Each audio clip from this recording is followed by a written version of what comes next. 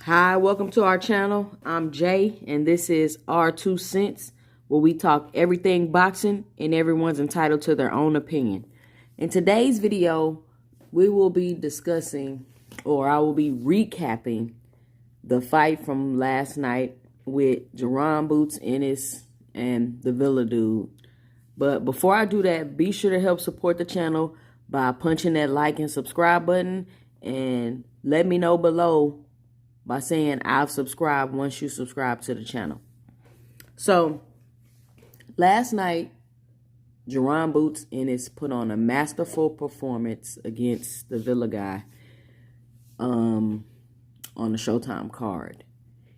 He really did redeem himself from his last fight, where he seemed to have struggled a lot in the fight because he wasn't cutting off the ring, and the guy had some amazing footwork, and he was having trouble landing the shots that he was trying to land. He wasn't cutting off the ring. He was loading up on a lot of shots. He was missing a lot of shots, and as he just recently stated, he just wasn't listening to his corner. I believe he just wanted to make a statement and get the knockout so bad. Because if you noticed, he was out a lot, on that last fight. I think he was doing podcasts and shows and mini documentaries and had his jury on. All kind of things. He was trying to come out as a star, it seemed like. And after the fight with Karen, whatever his name was, he kind of seemed to kind of go back down into a shell. People started questioning him, made people, kind of feel like he's not ready for the big names like Spence and Crawford. So, it was just a learning experience. He's still coming up.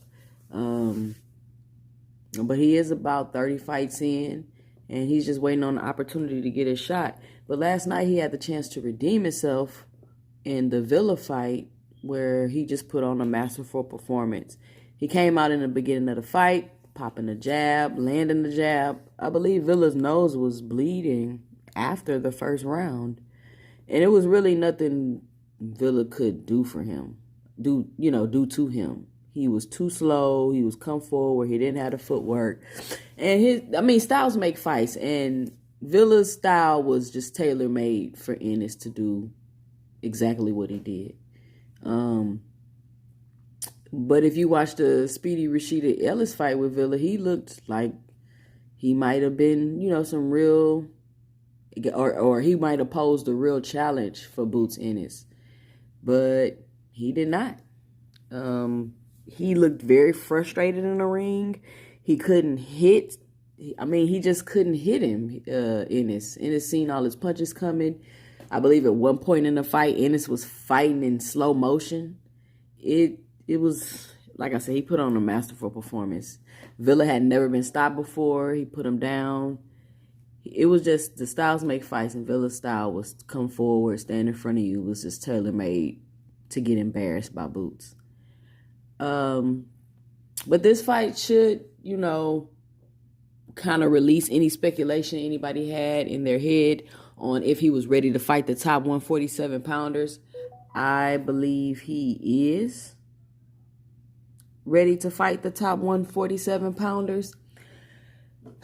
But let's discuss who is the top of the 147 pound division. So, Spence Crawford.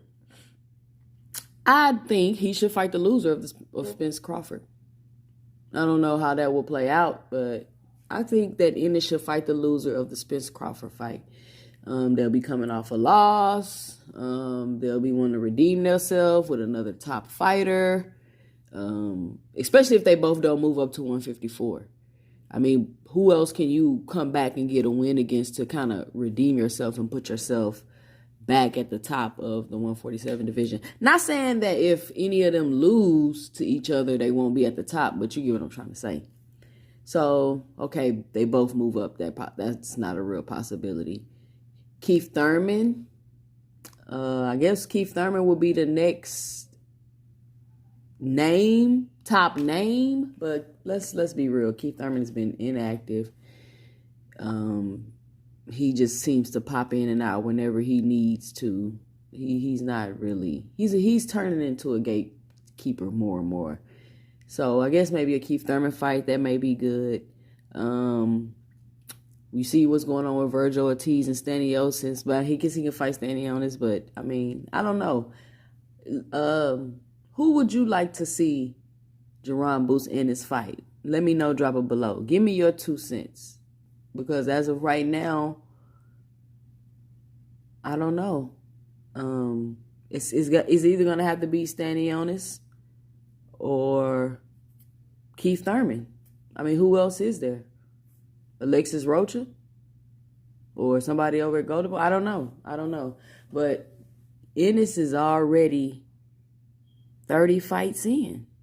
He's already 30 fights in. So I don't know if Spence Crawford is going to have a rematch, but I hope they go ahead and have this fight, drop them belts, and then let Ennis begin his quest at 147 to become the undisputed champion. Because he's already 30 fights in. And he pretty much hasn't even lost a round. He hasn't even lost a round. And that's pretty wild. I think they said he's fought like 101 rounds and he's never lost one. So he's definitely proven himself that he is a star, that he does have the skill.